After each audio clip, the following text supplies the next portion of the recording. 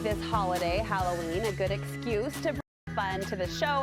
Since we have a lot of fun and personality studio contributors, we asked them all to play along in a spook-tacular game of Who's Most Likely to Halloween Edition.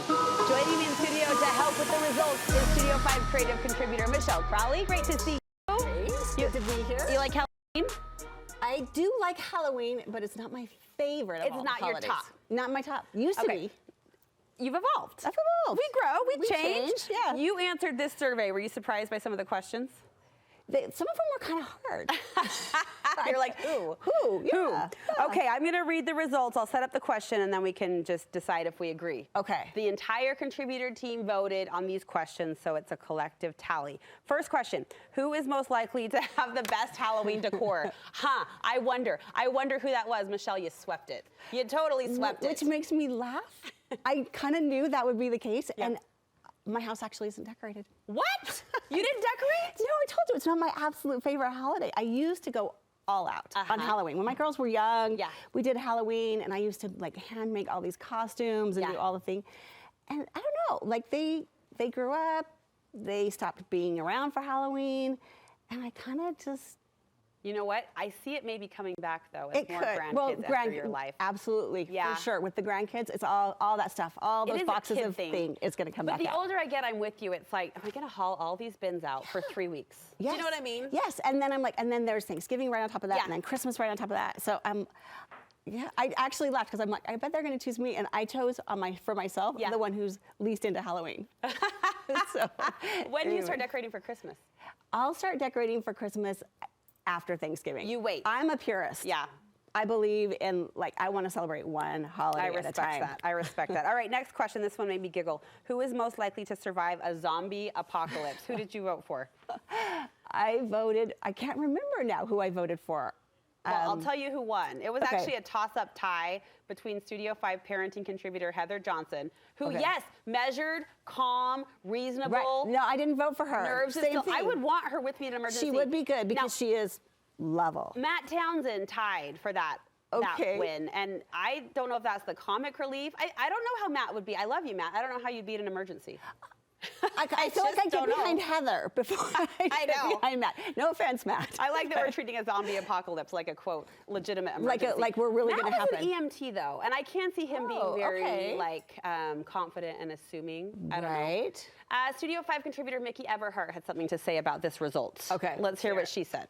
Studio 5 Health contributor Mickey Eberhardt here to tell you the reason why Heather Johnson would be the best person to be saved in a zombie apocalypse is because that woman, in her wisdom, with her pragmatic, level-headed approach, she not only would save herself, but she would be able to stop all the freak out among everybody else and provide 3 things that we could do to get ourselves out of that apocalypse with success that would make sense to us all, because that is her superpower. Okay, I think I actually voted for Mickey on that one, so, you know. I'm laughing at that. 3 things to survive. That's so Studio 5, and we're gonna walk through this one step at a time. Mickey would be great, too. I think that's who I voted for. She keeps snacks in her glove console. Yeah, she seems like she's very, organized. She's prepared. Yeah, she's prepared. Who is the most likely to have the best Halloween candy was the next question on our list, and this was overwhelmingly won by our dear Dr. Liz Hale, which... I don't know what she hands out for Halloween. I'm sure it's in the king size range, though. She's amazing. Right. She's extra in all the ways. Extra, in everything over the top. Yes, yes. In fact, we go every summer. We call her Aunt Lizzie at my house, but she has my kids over for a summer swim. It's like the highlight of their year. And she had these napkins that were so thick. Anyway, I bought them, and my husband's like, where did you... I said, I heard about these from Aunt Liz. She goes... He said, how much did they cost? I'm like, now that's the question. Right. Liz doesn't ask those questions, but I want to know what Halloween candy she's handing out. Okay, who is most likely to not care about Halloween and impatiently waits for Christmas? I think people know me. I won this one. Did you win this one? I did. This is you? This is me. I'm not with you. Yeah. But Christmas all out. Get me to Christmas. Get me to Christmas. Heather Johnson agreed with this title. Let's listen to what she had to say. Okay. I also think that she's impatiently waiting for Christmas because she loves to create those connections, especially with extended family. She has relationships with grandparents and aunts and uncles, and knows that the traditions, especially those really exciting ones that come with Christmas, they bring people together. And so those relationships mean a ton to her. And so she puts energy and effort into the traditions that help build those relationships. I accept that honor. That's No, so that's sweet. that's a great honor. That's really sweet. Thank you, That is Heather. a great honor. All right, next question. Who is most likely to carve the best pumpkin? Do you remember who you voted for on this? I think I voted for Matt Town. Did you? I could think see so. him getting wickedly I creative. feel like he could get into this. Yeah. Like, you know, because he's with his kids and grandkids yeah. and the whole thing. Yeah. Nikki Eberhardt actually won this category, Okay. which she's super creative and like in the smart sense. Do you know what I Right, mean? She's right. a smart creative, I Right. think. Megan Moore had a strong opinion about Mickey and her pumpkin carving abilities. Let's listen.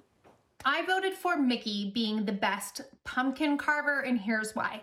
She knows her way around the kitchen, right? She knows food, so I have a feeling that she's really good at using knives. Like, knife work is, you know, a skill. And I also feel like she's very, like, calculated. Like, she doesn't just, like, willy-nilly, like, throw things around. Like, I think she thinks things through, has a plan, and executes it. So for those reasons, I think she would be really good at carving a pumpkin. I feel like we know each other really well on this team. Yeah, You know? and all the different nuances of our personalities, the deeper things. We also you took know? these questions very seriously, which Oh, is yeah, a joke all its own.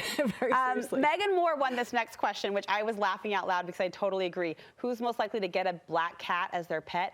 I see Megan, and I mean this as a compliment. I think she'll get me sister to sister as like the person in the movie, the Halloween movie, that you find out is the witch at the end.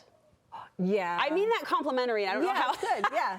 She's got this like mood to her. Yeah, she could. There might be something underneath. Yeah, I like it. It's a compliment. You're a vixen, Megan. You're a vixen. And who is most likely to know the Thriller dance? That went to Emily. Yeah. No surprise. Yeah. I'm surprised we don't have her here doing it for us. Yeah, we should. That should be next Halloween. You Next just planned our Halloween, show. Yeah, she's going to do it for us. Most likely to win Best Costume went to Casey, and actually Casey got 2 votes. She also won the most likely to lead a pack in a haunted house. I don't see that, Casey. I don't see that at all. Here's her acceptance speech for that one. I am your haunted house girly, and I take so much pride in this award because I love all things spooky and haunted, and I am so here to lead you through that haunted house. If I go to a haunted house, I'm going with her because I'm the person who hides behind everybody else. Me too. Doesn't. And you know it's just people in a costume. No. But it still freaks me out. See, I but still jump. I get don't. I scared. just went to Disneyland with my sisters last week, 48-hour random trip to California, and I said to them, I don't see people in there. I see characters. Yeah. And that's the case at the haunted house too. I see real things. And I don't like haunted. I'm scared. I'm the scared person. Michelle, you're the best. Thanks for talking through this with me.